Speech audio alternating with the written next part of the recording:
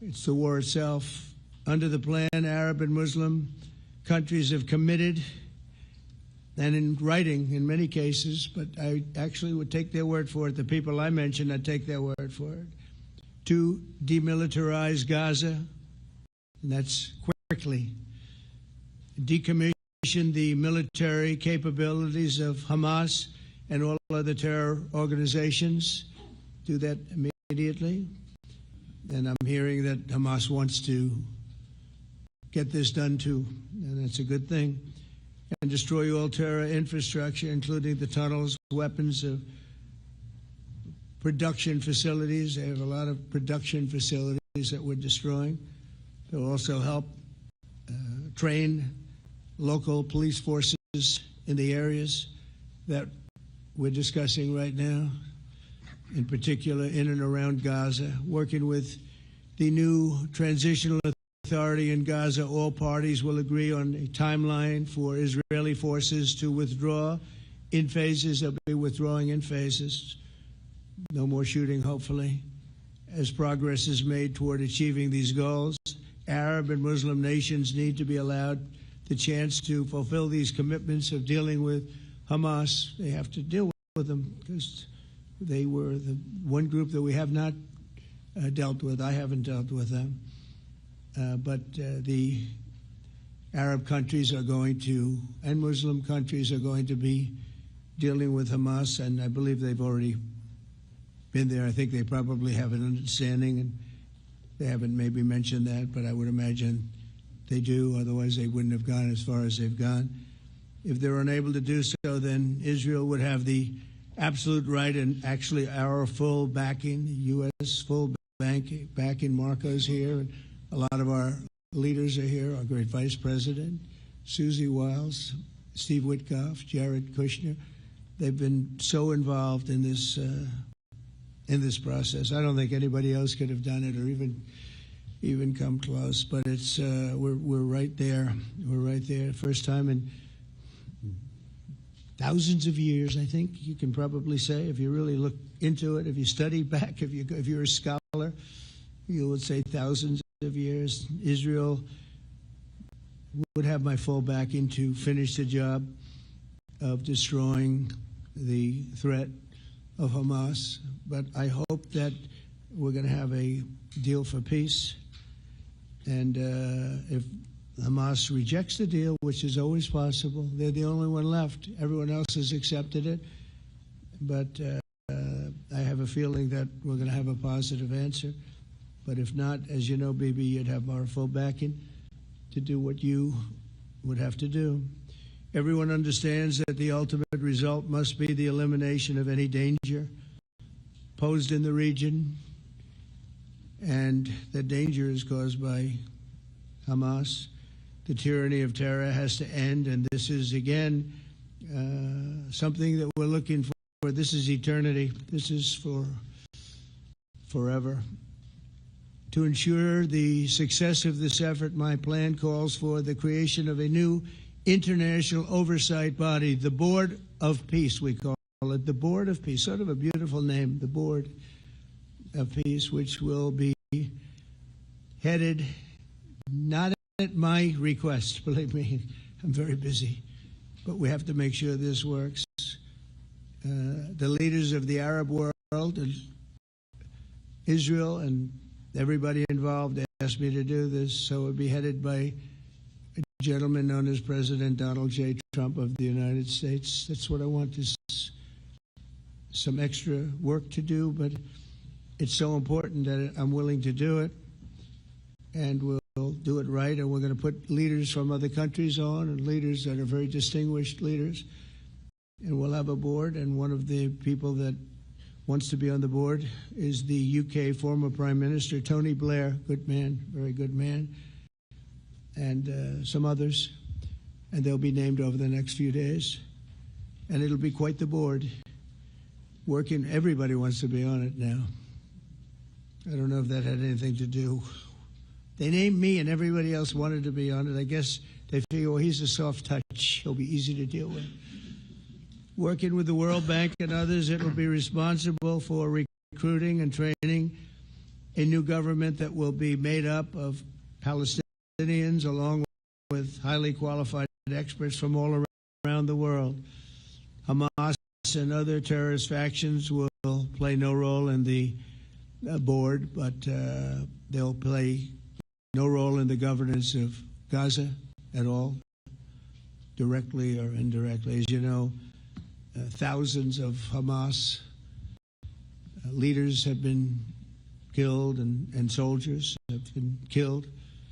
And we can never forget October 7th, but thousands have paid the price for that. And now it's time to get our hostages back and get back to trying to build something that's really great and very important. In our meeting today, Prime Minister Netanyahu was very clear about his opposition to a Palestinian state. And he continuously mentions October 7th, and I understand that. Most people do.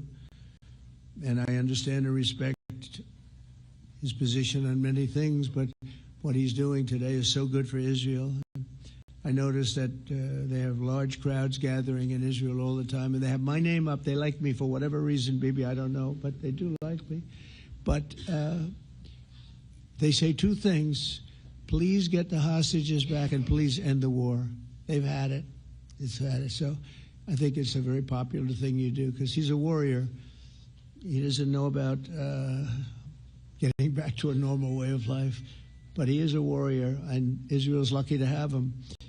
But now the people want to get back to peace. They want to get back to normalization in a true sense. Several countries have foolishly recognized the Palestinian state. As you know, some of our European friends, allies, good people, but they're really, I think, doing that because they're very tired of what's going on for so many decades. They've been presidents and prime ministers for years, and during this time, having to do with the Middle East, all they're doing is talking about the same thing over and over. They want to see it get back. And nobody wants that more than me, or I believe Bibi too. But the people of Israel want it. They really want it. They want the hostages back. That includes the probably 32 bodies that we're talking about, 20 people that are living, 32 or so people that are dead, and they want to have peace. So let us not forget how we got here. Hamas was elected by the Palestinian people. Israel withdrew from Gaza thinking they would live in peace. Remember that? A long time ago, they withdrew. They said, you take it. This is our contribution to peace. But that didn't work out. That didn't work out. It was the opposite of peace. They pulled away. They let them have it. And I never forgot that, because I said, that doesn't sound like a good deal to me. As a real estate person, I mean, they gave up the ocean, right? Ron, they gave up the ocean. They said, who would do this deal? And it still didn't work out. They were very generous, actually. And they gave up the most magnificent piece of land in many ways in the Middle East. And they said, all we want to do now is have peace. And that request was not honored. Instead of building a better life for the Palestinians, Hamas diverted resources to build over 400 miles of tunnels and terror infrastructure, rocket production facilities, and hid their military command posts and launch sites in hospitals, schools, and mosques. So if you went after them, you'd be after them, and you wouldn't even realize you ended up knocking out a hospital or a school or a mosque. That terrible thing, terrible way to have to fight. No fight is good, but that's a real bad one. So there are many Palestinians who wish to live in peace. Many. I've seen so many of them. And they have support. And I challenge the Palestinians to take responsibility for their destiny, because that's what we're giving them. We're giving them responsibility for their destiny, fully condemn and prohibit terrorism and earn their way to a brighter future. They don't want the life that they've had. They've had a rough life with Hamas. If the Palestinian Authority does not complete the reforms that I laid out in my vision for peace in 2020, they'll have only themselves to blame. We're giving them an amazing footprint, and they have amazing support from the leaders of the Arab world and the Muslim world, a great Great leaders. These are great leaders. These are unbelievable leaders that have built great countries and very wealthy countries.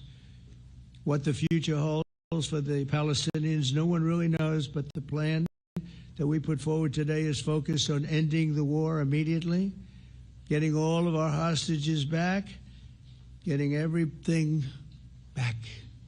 Hard to believe when you even say it, and creating conditions for durable Israeli security and Palestinian success. Israeli security is going to be involved. We're going to help you. We'll be there with you in terms of helping with security. We want to make sure it works. We just want to make sure it works. There shouldn't be a shot fired. Now, there will be, I guess, because that's the way it seems to be, but there shouldn't have to be within a few days. There shouldn't have to be a shot fired. Maybe for eternity. Wouldn't that be nice? I hope it's true. I can tell you the leadership of that region feels that there's a good chance of it being true. So this will lead to this agreement that we're talking about will lead to a sustainable long-term peace. No president in history has been a greater friend of the state of Israel than I have, in addition to negotiating the Abraham Accords. I like to say it that way because the real people, that's what they call Abraham. I would say Abraham, but it's so much nicer when you say Abraham. So much more elegant. But the Abraham Accords, they're amazing. Jared, you did that along with your group of geniuses, and nobody thought that could be done. We have 4 countries, and Sleepy Joe Biden didn't do a thing. He didn't even know what the hell they were. He should have had them filled up. But I think this will also lead to packing them. And who knows, maybe even Iran can get in there. I hope, we hope we're going to be able to get along with Iran. I think they're going to be open to it. I really believe that. But they could be a member. I long ago said, I'll bet you at some point Iran will be a member of the Accords. And little did I realize it was going to take this turn. That was some turn we did with the B-2s. But I think they might very well be there because it's a great thing for them economically. I recognize the eternal capital of Israel. I opened the American embassy in Jerusalem. That was something that everyone said would never be done, could never be done. Virtually every president for many, many years, for decades, would campaign on making Jerusalem the capital of Israel. They campaigned on it over and over. Is that right, Steve? Is that right? Everyone, and when they got to it, and I understand why now, because it was so, when I got to office, I campaigned on it too. I said, we're going to make it, and then I'd get calls from the leaders of various countries saying, please don't do it, please don't do it. It'll end the whole world, please don't do it. And finally, I just didn't say anything, and I did it. People were calling me before I did it because they heard I was going to do it, and leaders of countries were calling me, and I think it was on a Thursday that I did it, and they'd call me Monday, Tuesday, Wednesday, 3-4 times a day, and I said, tell them I'll call them back on Friday. And I announced it on Thursday, and I called them back, the biggest people in the world, and they said, you've done it. I said, done what? You've made the capital of Israel, Jerusalem, and we wanted to talk yet. I wish you called me a little sooner. Maybe I could have done something about it. So that was a lot easier than getting into an argument because I knew what they were calling about. And you know what? It turned out to be amazing. Everybody thought it was going to lead to the end of the world, right? The end of the world, Ron, that's what they said. It didn't lead to anything. It just led to something that I promised and something that was very, very popular for Jewish people and a lot of other people, too. I recognize Israeli sovereignty over the Golan Heights, and I cut taxpayer funding to the corrupt United Nations Relief and Works Agency. And United Nations was interesting because, as you know, a few days ago they introduced me. Ladies and gentlemen, the President of the United States, I'm looking at my teleprompter, and the thing was dead, stone cold, dead. The thing's up here. I have a long, beautiful speech to make. I'm back 30 feet back, and I'm saying, They're introducing me. There's nothing on my teleprompter. So, but I made a speech. I actually got good marks. You think Biden could have done that? I don't think so. I don't think he could have done that. I don't think too many people could have done it. But actually, it was actually more of a speech from my heart, if you want to know the truth. I think it was maybe better in certain ways because it was from the heart. It has to be from the heart. Otherwise, you're in big trouble. But I cut taxpayer funding for that very corrupt United Nations Relief and Works Agency, and nobody thought that would be done, and withdrew from the horrible Iran nuclear deal that was imposed upon Israel by Barack Hussein Obama and Biden. And I don't think Biden knew anything about it, though. I don't think he knows anything about it now, actually, if you ask him. He'd say, what is that? And we obliterated Iran's nuclear enrichment capacity, making it impossible for them to have a nuclear weapon, which they would have had probably in about 2 months from that. But I've never asked Israel to compromise its security, but we had big, strong talk. Nobody's been better to Israel. No president's been better to Israel than Donald Trump. But we had a long, strong talk, Bibi and I, and he understands it's time. It's time. History has shown, and the people of Israel want it. And the people of the Middle East want it. The people of enemies of Israel want it, but they don't have really too many enemies right now. And you know what? Many countries have gained great respect for Israel, for the way they fight, for the job they do, including me. I had respect anyway, but they gained respect. History has shown us that those who have relations with Israel have thrived, while those who have devoted resources and attention toward the destruction and even annihilation of Israel have languished. They haven't done well.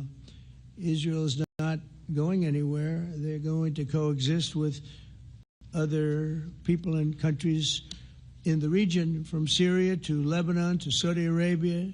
The promise of a new Middle East is so clearly within our reach. This is the closest we've ever come to real peace, not fake peace, not political fool's peace. If we can get this difficult problem solved, the opportunities for all within that vast region of this world, it's a vast region. It's unlimited. The Abraham Accords show that all countries are better off when they communicate and work together and embrace new opportunities. I hope Jared and Steve and Susie and Marco and Jada, we have great people. I hope you guys are going to work very hard to get these other countries in, because now they have no excuse. There's no longer an excuse. They were somewhere hesitant. And I tell you, the 4 countries that went in, I give them tremendous credit, and it's worked out incredibly well for them. In the same spirit, I'm pleased to report that earlier today, we took another important step toward greater understanding of the region. A short time ago, we had a historic phone call in the Oval Office with Prime Minister Tani, who's really a great person. So we had a great talk, and I was on the phone, and Bibi was talking. Prime Minister Al-Thani was of Qatar. They really had a heart-to-heart conversation. It was a great conversation, I thought.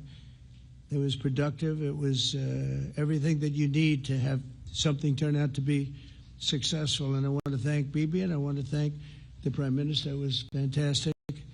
We agreed to launch a formal trilateral mechanism between Israel, Qatar, and the United States to begin a dialogue to enhance mutual security, correct misperceptions, and avoid future misgivings. And I want to thank Qatar, its leadership, and the Emir.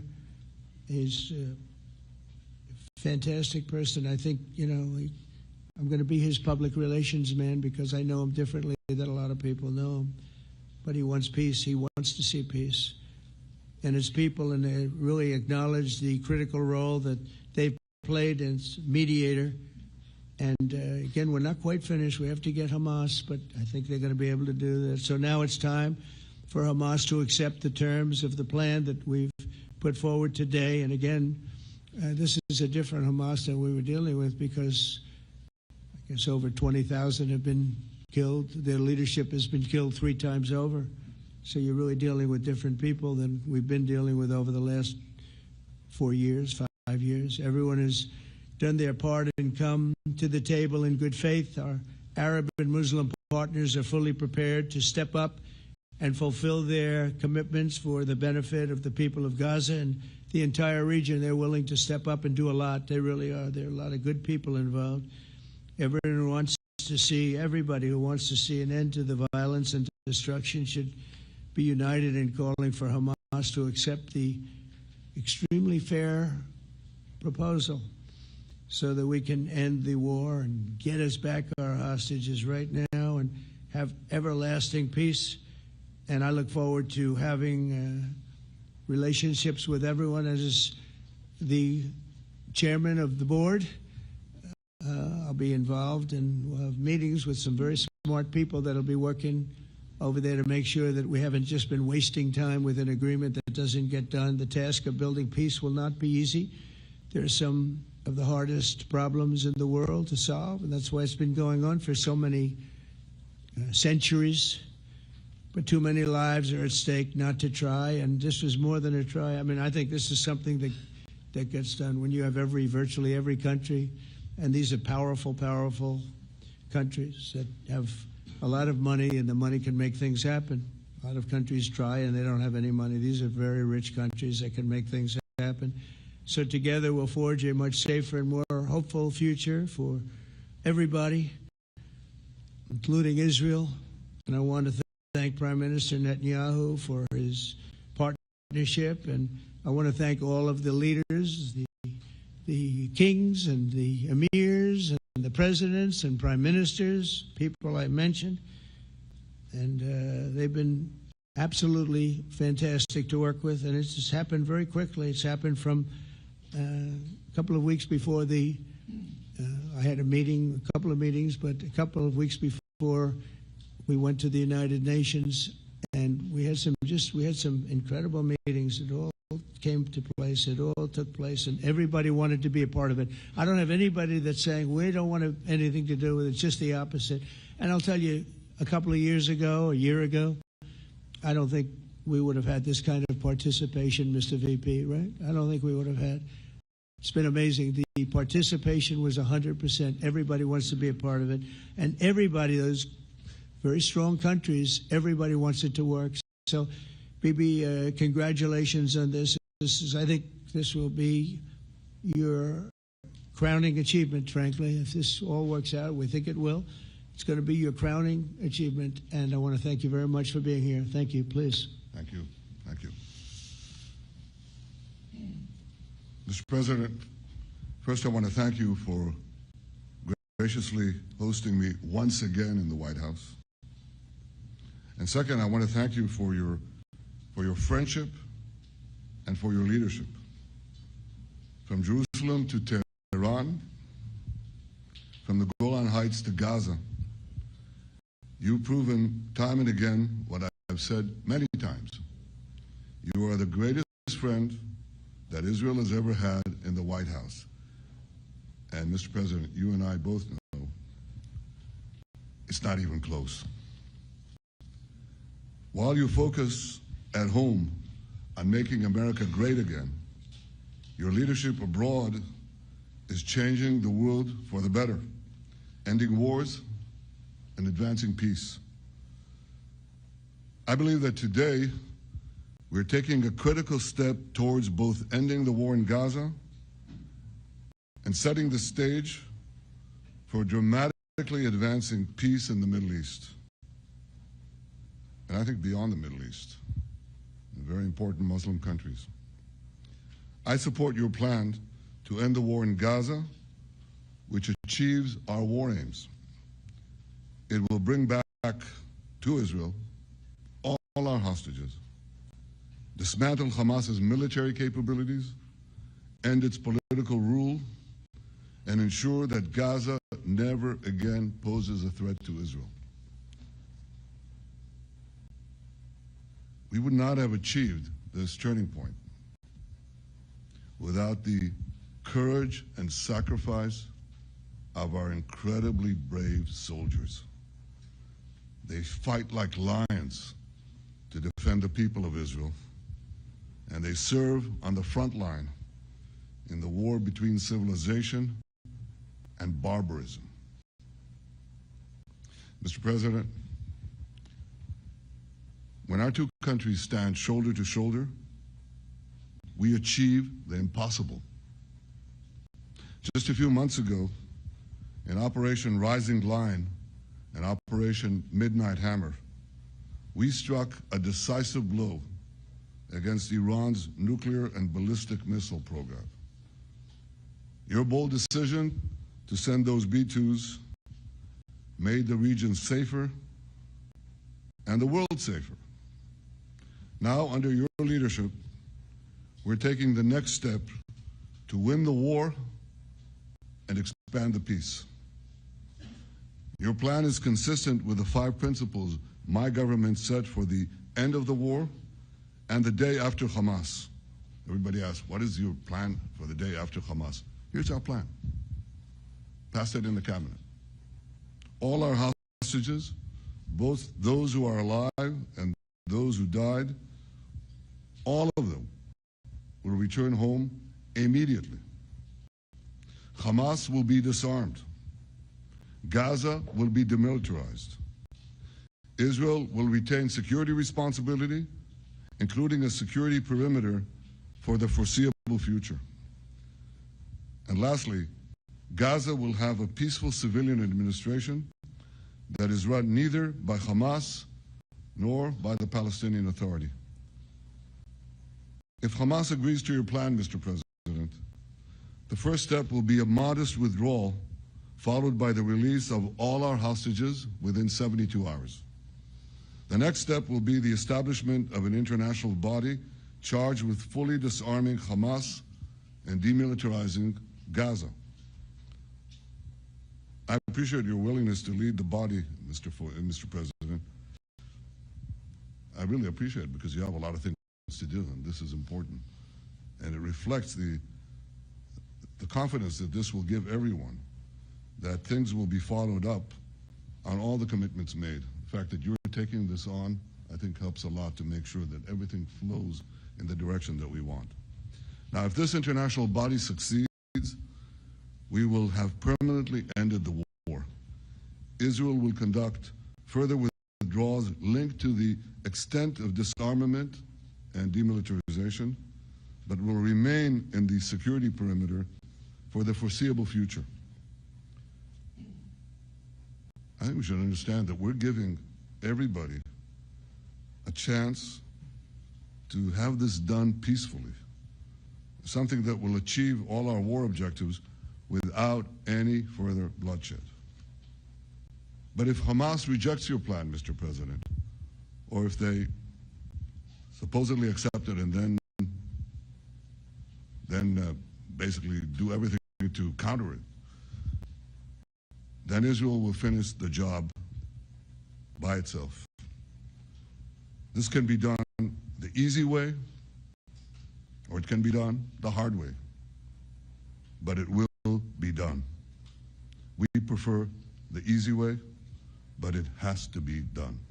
All these goals must be achieved because we didn't fight this horrible fight, sacrifice the finest of our young men to have Hamas stay in Gaza and threaten us again and again and again with these horrific massacres. Mr. President, I was encouraged by your clear statement at the UN against the recognition of a Palestinian state.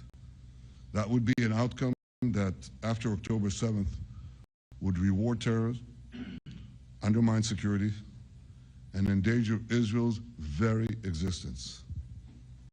As for the Palestinian Authority, I appreciate your firm position that the PA could have no role whatsoever in Gaza without undergoing a radical and genuine transformation. In your 2020 peace plan, which you mentioned just now, you made clear what that transformation requires. It's not lip service. It's not checking a box. It's a fundamental, genuine, and enduring transformation.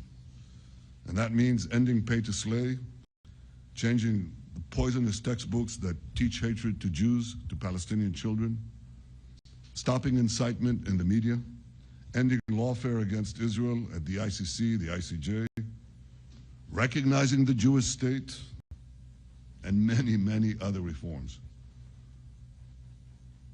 It won't come as a surprise to you that the vast majority of Israelis have no faith that the PA Leopard will change its spots.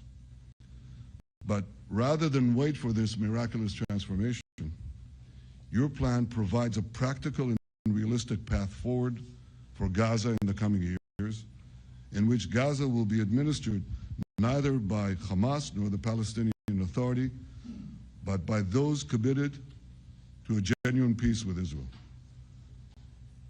I think this can be not only a new beginning for Gaza, I think it can be a new beginning for the entire region.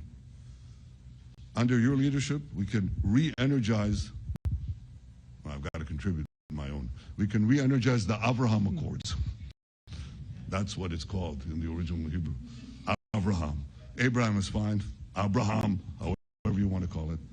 Under your leadership, Mr. President, we can re-energize the Abraham Accords that we forged 5 years ago. We can expand them to many more Arab and Muslim nations that choose moderation over extremism. I think there's an opportunity here.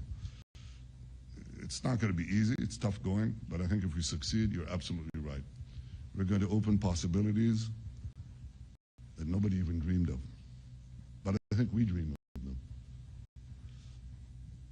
As you've told me, Mr. President, and you've told the world many, many times, you said, remember October 7th.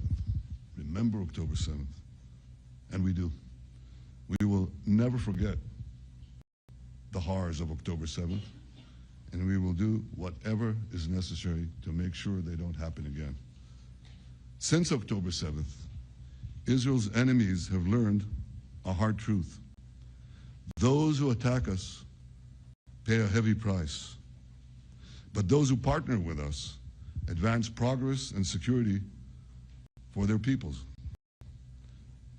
President Trump just said it. It's also in the Bible. It says, those who will bless you will be blessed, and those who will curse you will be cursed.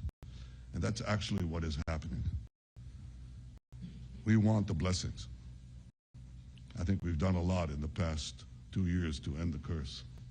We're not finished, but we've done a lot. And we've done a lot together to end the curse. I want to thank your entire team for their efforts to get to this point.